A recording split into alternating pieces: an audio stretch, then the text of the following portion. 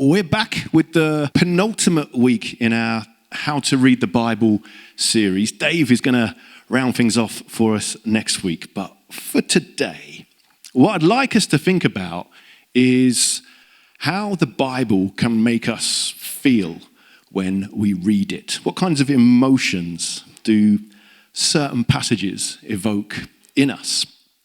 And I think this seems important because if we believe that the Bible is God-breathed, not dictated by God, but a book through which God's breath, God's Spirit can speak to us, then I imagine we do well to pay attention to the feelings, the emotions, the reactions that we have when reading it.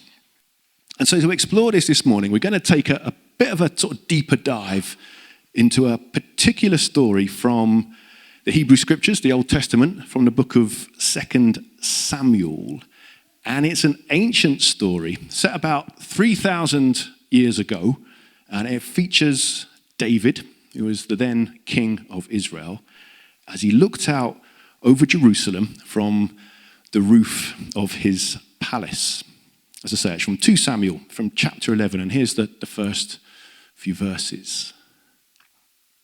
So in the spring, at the time when kings go off to war, David sent Joab out with the king's men and the whole Israelite army. They destroyed the Ammonites and besieged Rabbah, but David remained in Jerusalem. One evening, David got up from his bed and walked around on the roof of the palace. From the roof, he saw a woman bathing. The woman was very beautiful, and David sent someone to find out about her. The man said, "She is Bathsheba, the daughter of Eliam and the wife of Uriah the Hittite." Then David sent messengers to get her. She came to him, and he slept with her. Now she was purifying herself from her monthly uncleanness. Then she went back home. The woman conceived and sent word to David saying, "I am pregnant." So, it's the first part of the story of David and Bathsheba, a tale you may well have heard of before, and a tale which is usually summarized along the lines of King David was looking out over the roof of his palace. He sees a woman having a bath on her rooftop. David likes the look of her, and despite the fact she's married, David sends for her. She comes over, they have sex, and she gets pregnant. Now, often, there's a view in all this that with David and Bathsheba, it takes two to tango in this, shall we say. Namely, the question arises, why was Bathsheba having a bath in view of the king, if not to attract his gaze? It's almost like Bathsheba's in one of those, frankly, ridiculously sexualized flake adverts. Remember them from years ago? Only the crumbliest flake and all that. Maybe she's eating chocolate in a bubble bath when the phone rings and she's invited over, It's not quite the floozy in the jacuzzi, this story, but it's often seen as an example of mutual, consensual seduction. And this view, it's become pretty widespread. So anything from song lyrics, such as classic by Leonard Cohen, Hallelujah, a cover of which was the Christmas #1 not so long ago, includes these words referencing David and Bathsheba, saying, "You saw her bathing on the roof, her beauty in the moonlight overthrew you." So from that to all sorts of art, from Rembrandt, who painted this one, to Jerome, all usually giving Bathsheba red hair as a traditional symbol of what's reckoned to be a somewhat scarlet reputation. But is all this a fair summary of what the story actually says? So let's take another, perhaps a little bit slower look at it. And we'll look firstly at how it begins, because as we saw in the spring, at the time when kings go off to war, David sent Joab out with the king's men and the whole Israelite army. They destroyed the Ammonites and besieged Rabbah, but David remained in Jerusalem. We notice, for a start, it's spring, a time when the weather picks up and kings go off to war, we're told. But despite this fact, and despite the fact that David has sent his troops into battle, it says at the end there, David remained in Jerusalem. So straight away, something doesn't quite seem right here. David, this brave warrior leader, has chosen not to go with his men, but to stay tucked up in his palace. And he was literally tucked up, it seems, having a bit of an early nap, because one evening, David got up from his bed and walked around on the roof of the palace. From the roof, he saw a woman bathing. The woman was very beautiful, and David sent someone to find out about her. So not only is it springtime, it's evening time, and David gets up and takes a walk around on his palace roof, a building which would have been the highest residence in Jerusalem, and from where, as king, he could look across and down on the rest of the city. And we're told, from the roof, he saw a woman bathing. Now, where was she bathing? Well, we don't know. We don't know. And despite what Leonard Cohen and umpteen painters might have us believe, there's no mention that Bathsheba herself was bathing on the roof. That's complete speculation. She could have been on the roof, perhaps behind a screen which could still be sort of peered over from a higher vantage point. But she could just have easily have been in a room, albeit obviously visible through a window. Either way, remember it's evening, when most people would have turned in for the night, and there's no indication she's expecting or indeed wanting anyone to be watching her. What's more, while some Bible translations describe Bathsheba as bathing, the original Hebrew word that's translated as bathing here in this verse is just as often translated as washing. And indeed, many of the more recent English translations change this word bathing for washing, which does kind of change the mood a little bit, changes the tone perhaps of the scene we can imagine being played out. What next? Well, when David sees her washing, he doesn't look away in respect of her privacy. No, rather he keeps looking because he clearly notices that she is beautiful. But then he sends someone to find out about her. In other words, he's making his move.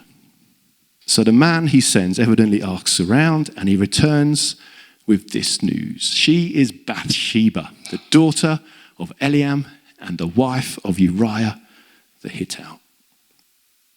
And there, with that news, you'd have thought any ideas that David had about pursuing her should have stopped. He finds out who she is, but he finds out she's married to a guy called Uriah.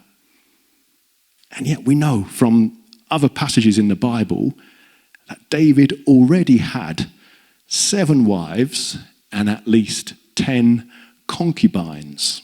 A strange word. Basically, it means a sex slave who lived with you. In other words, as king, David, it seems, gets who he wants, and he evidently wants lots of women. And so we're told that then David sent messengers to get her. She came to him, and he slept with her. Now, I don't know about you, but sending messengers to get her doesn't sound like Bathsheba's got much choice in this matter. It'd be difficult to say no. It'd be difficult to resist when visited by and told to go with king's men, who themselves were no doubt armed. And so she came to him, and he slept with her. Now, that's all the detail we're given at this point. That's all we're told, so we do need to be careful here. But it seems to me that since this whole encounter seems to be driven by David's lust, his power, his desire to possess, his ability to control. Bathsheba's consent in all of this is far from clear. And that leaves us with the possibility, maybe even the probability, that this is best described as rape. And as if to compound everything, the passage continues by telling us this. Now, she was purifying herself from her monthly uncleanness. Then she went back home. The woman conceived and sent word to David saying, I am pregnant. So, her monthly uncleanness is a pretty unhelpful way to describe the fact that she just finished her period. But the fact that she was purifying herself probably explains Bathsheba's earlier washing. Far from taking a Cadbury flake seductive bath, she was simply following the religious purity rules which required women to wash themselves at the end of their monthly cycle. It's a very personal, purifying act which David has turned into an object of lust. We're told she went back home, no doubt feeling all over the place in her mind. And yet the fact that the end of her monthly cycle meant that she was probably at her most fertile, it's not particularly surprising perhaps that she conceives. Now there's no hint of any care or follow-up from David, though. Instead, we're simply told that in time, Bathsheba, or as the verse says here, she's now reduced to the woman. The woman conceived, and then she sent word to David that she was pregnant, and there we have it. So, if we pause there for a moment, I wonder how you feel when reading that story afresh. What kinds of emotions does this story provoke? Maybe you feel anger or disgust. Maybe you feel pity. Maybe there's sympathy involved. Maybe there's empathy. If so, can we empathize with both Bathsheba and David? Or is our emotional attachment more with one than the other? Why might that be? And what might that reveal to us about ourselves? And perhaps most importantly, how do we imagine this whole story makes God feel? How do you feel when you hear and read that story afresh? I think we do well to pay attention to the feelings that stories like these evoke, because they can help us to hear more clearly what God might be wanting to say to us through these stories.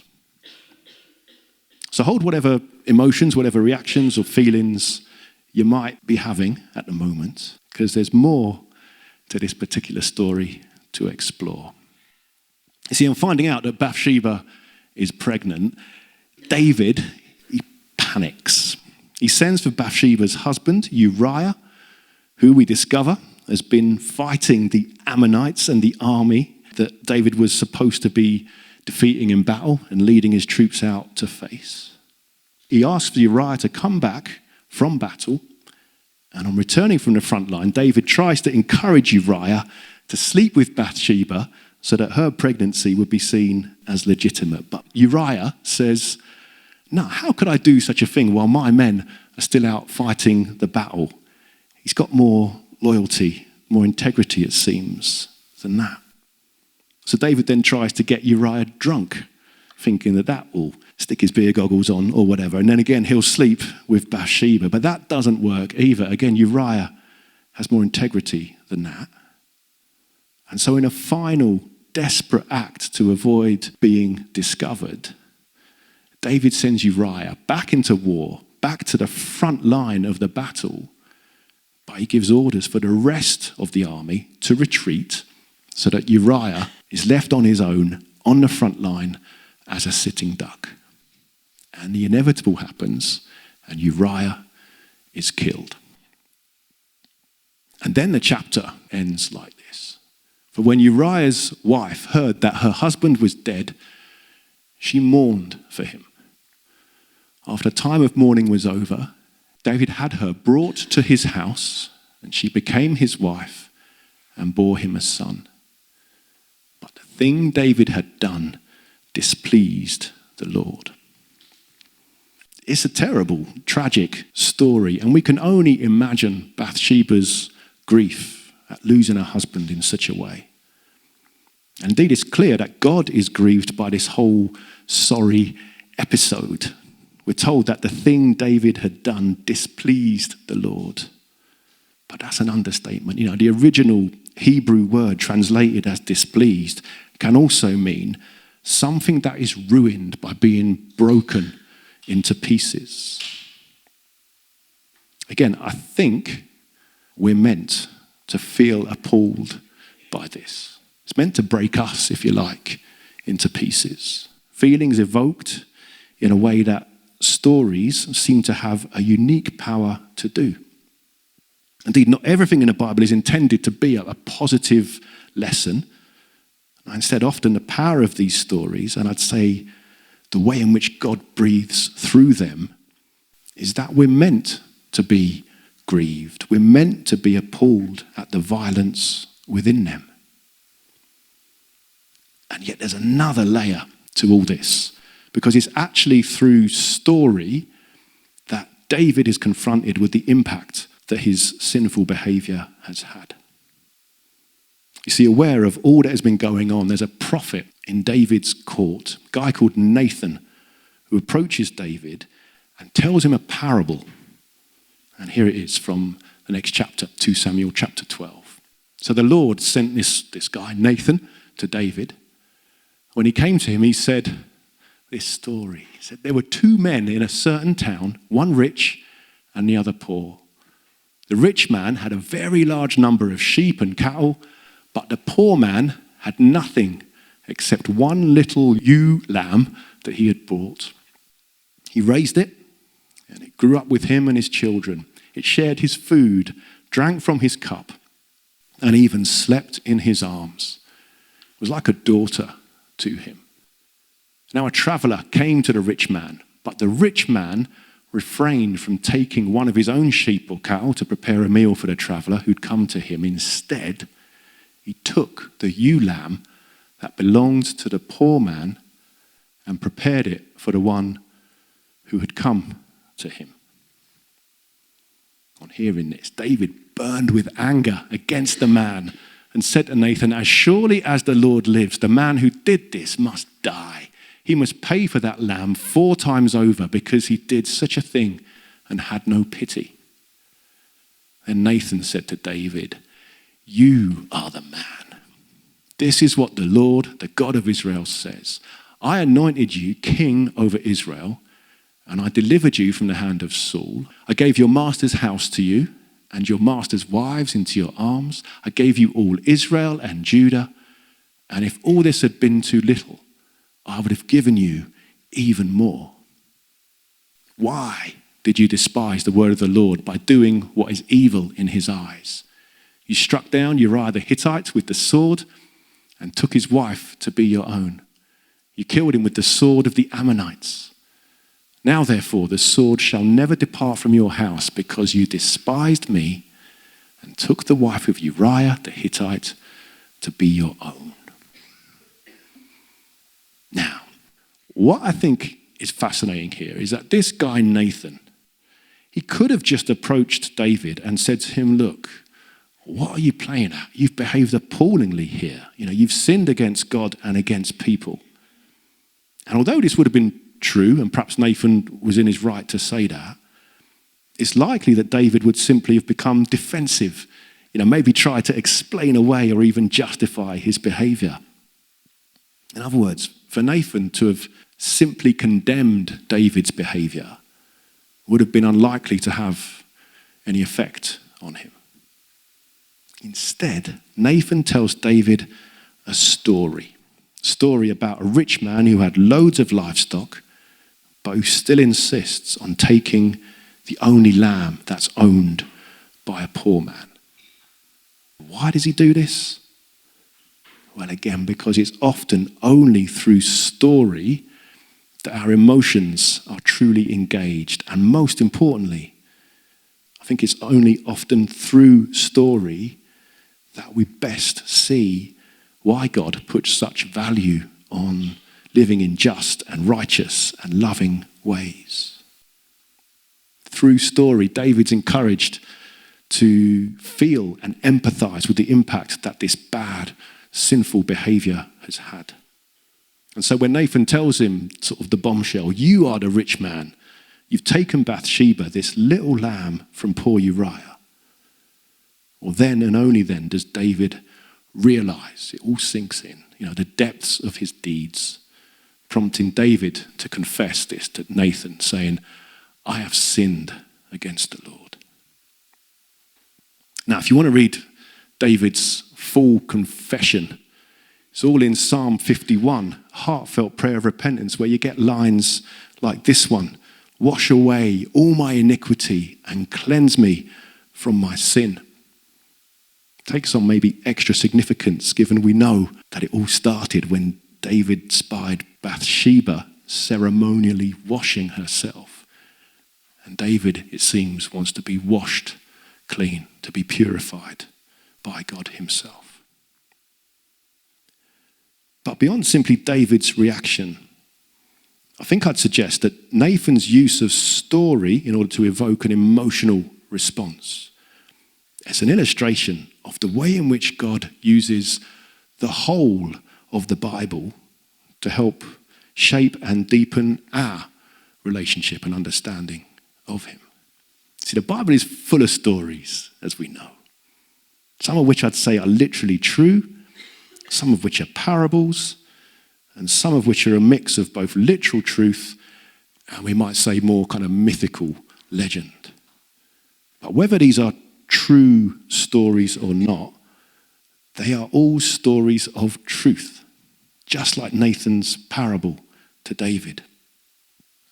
Some stories, as we read the Bible and as we kind of respond to them, they're full of negative lessons, how not to live, like David and Bathsheba in this instance.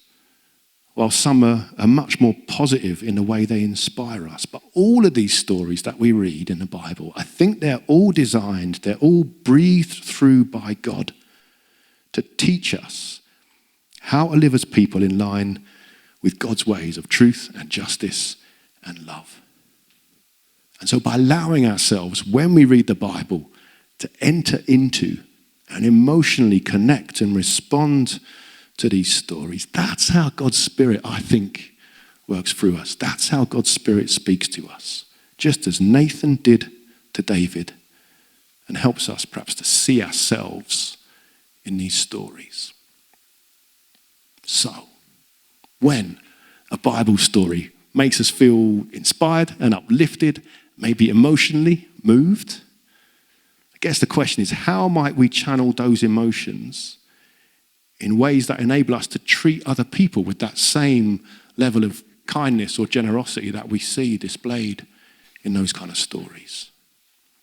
Or when a Bible story makes us feel angry or appalled, yes, it might be because we sense God's anger at the injustice that's present.